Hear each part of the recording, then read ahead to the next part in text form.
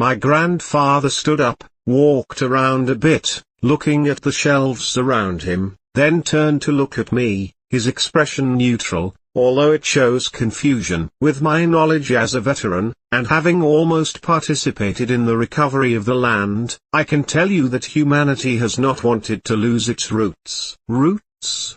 What does that mean? My grandfather started walking again, this time holding the oldest book of all, the one I now know as the first one.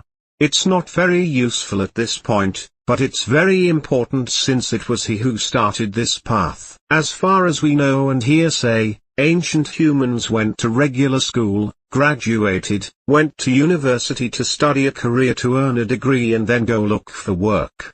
Others did the work of heroes just like here, in that there is no difference. Although they were almost never found, it is believed that this only happened to the poor, people who did not manage well, or who were overshadowed by people with better resources, leaving them as mere useless shadows, making them work in forced labor for a pittance that was not enough for normal shopping and the luxuries of food.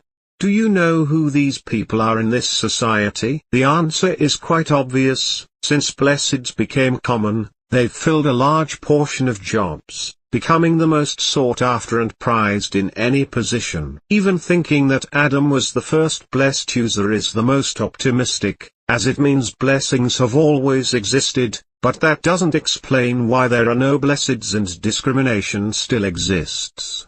There are so many things I don't know, and I'd love to know. The answer is quite obvious. Since blesseds became common, they've filled a large portion of jobs, becoming the most sought after and prized in any position. Even thinking that Adam was the first blessed user is the most optimistic, as it means blessings have always existed, but that doesn't explain why there are no blesseds and discrimination still exists.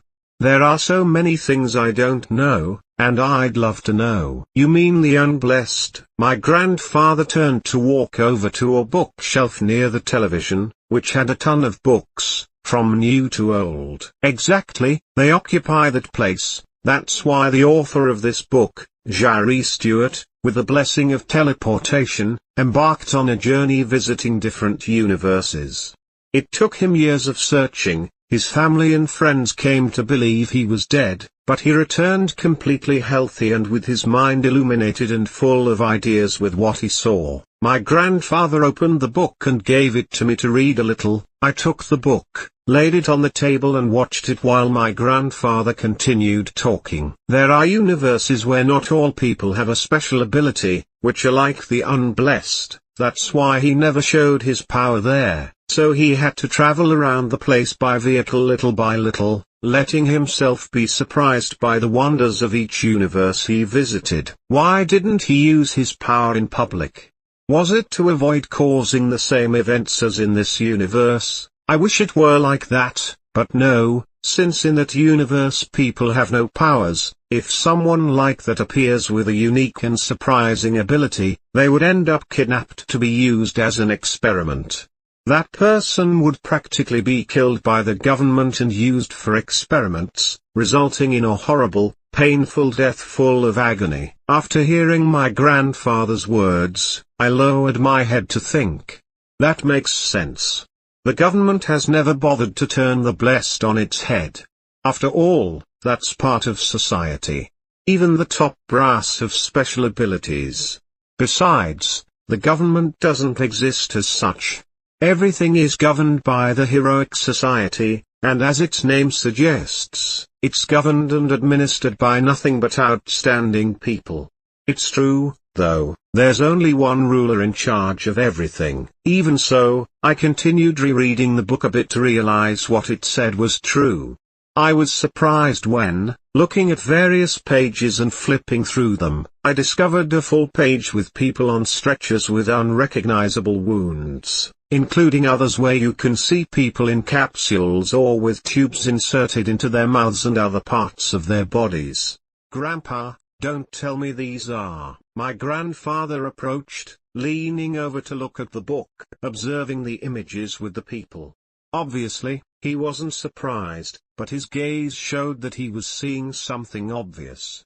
The explanation he gave me already makes me think so. Among the many stories he's told me, there's always one about the typical regime in search of power, which has no problem torturing and destroying as many lives as families to achieve that much desired power. Although I don't doubt for a second that this must be happening right now, not in another universe, but in this one too. A universe without mad scientists. It seems more like a fantasy to me than anything else. It's just as you probably thought, they all went to see other universes, to learn what other human beings are like in a reality different from ours, but they were careless, they allowed themselves to be not only seen, but also deceived.